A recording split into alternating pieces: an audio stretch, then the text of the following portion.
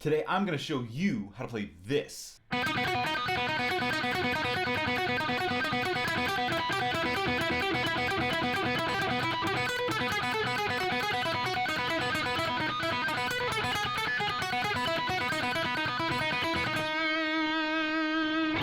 And then I'm going to show you why it's going to transform your guitar playing. Here we go. So everybody knows acdc's Thunderstruck. It's definitely one of those timeless riffs that everybody wants to learn when they first get a guitar and they look up to and idolize if they don't play the guitar.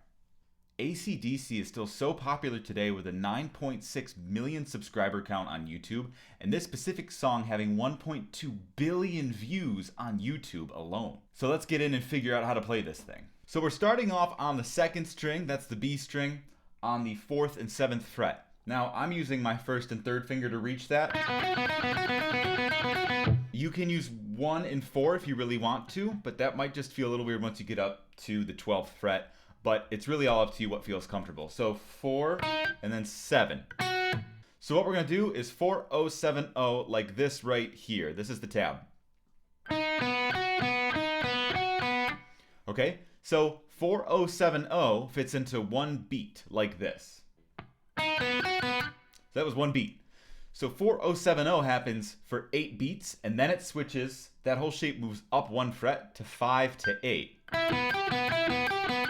So then that's one beat as well. So we're not even going to try to do the alternate picking right now. Now we're just going to practice just doing the downstrokes on the fingered notes. So it's going to sound like this. But make sure you do something. Make sure that you're lifting your finger off each time, because if you start practicing that now, it's going to be easier when you start playing the full riff later on. So 4, 7, 4, 7. Each time I lift my finger.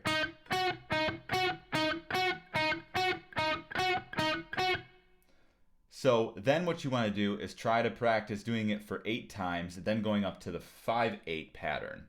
So kind of like this.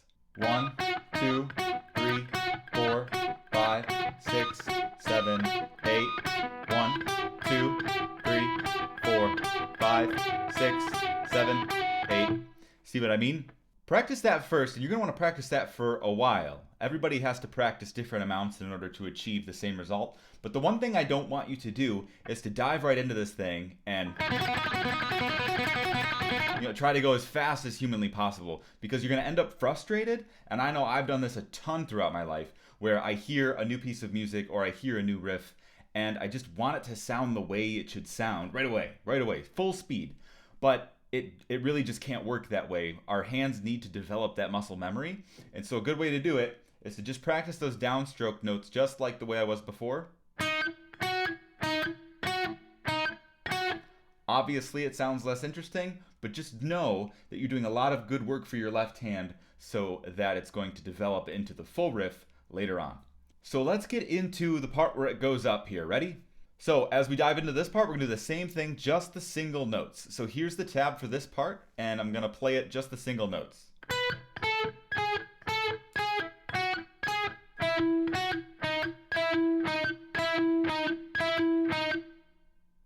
Okay, so let me play it once with the alternate picking so you can see how it's going to sound side by side. So for this one, it's really tricky because we need to practice connecting it from the 5-8 and getting to that 12th fret like this.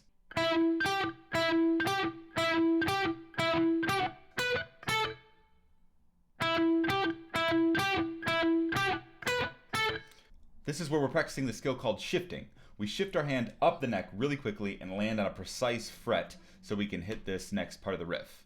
So once we get up to the 12th fret, it goes 12, 10, 9, 10, 9, 7, 9, 5, 4, 5, 4, 5, 4, 5, 4. And you can see right here in the tab exactly how much of each thing you need to play.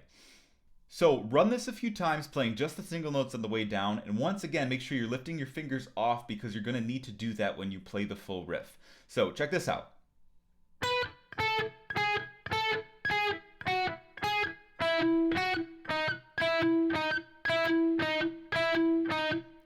right at the end there, I always need to think carefully to myself because that 5, 4, 5, 4, 5, 4 happens 3 times. Just, you can double check here in the tab too, you see that. So now let's talk about getting this thing to sound the way it should, right? Let's talk about how this is going to make you a better guitar player. So if we start right from the very opening, 4070, 4070.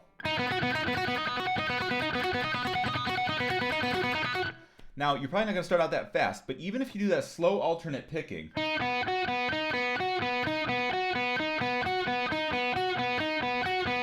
so if you can play it just like that at that medium tempo, you're going to start to develop some really good synchronization between your picking hand and your left hand, and that's going to help you so much in the long run to really learn this riff well and to do so many other things well. I actually think this riff is one of the harder ones to keep sounding really clean because your fingers are lifting on and off and on and off. So if we start practicing the slow speed of alternate picking, we might look something like this.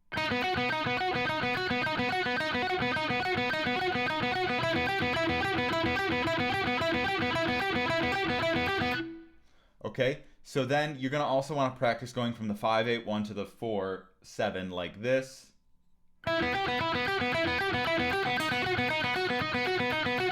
We always want to make sure we practice our transitions. So never just practice one chunk on its own, then the next chunk, then the next chunk, because you're not going to practice those connections. So it's really important to do that.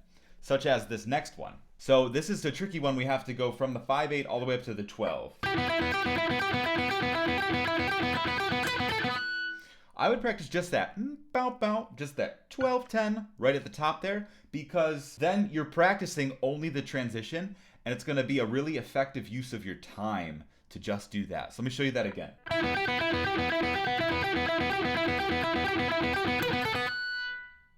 Just like that. Now that we're up on the 12th fret, you practice that transition a little bit. Now we want to practice this part, alternate picking.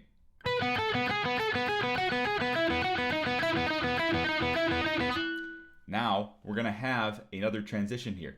Even though it's just the same riff, we go back up to the 12th fret. We need to move all the way from the 5th and 4th fret to get back up to the 12th. It's a really huge shift, and this is the part that I messed up a lot. So I want to make sure that you are doing it carefully at home.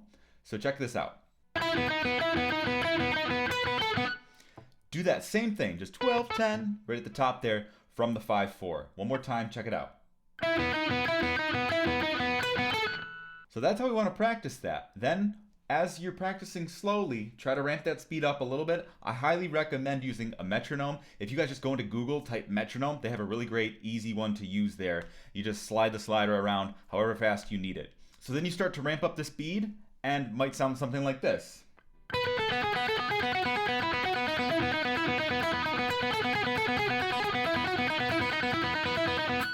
No matter what, make sure you don't try to go too fast.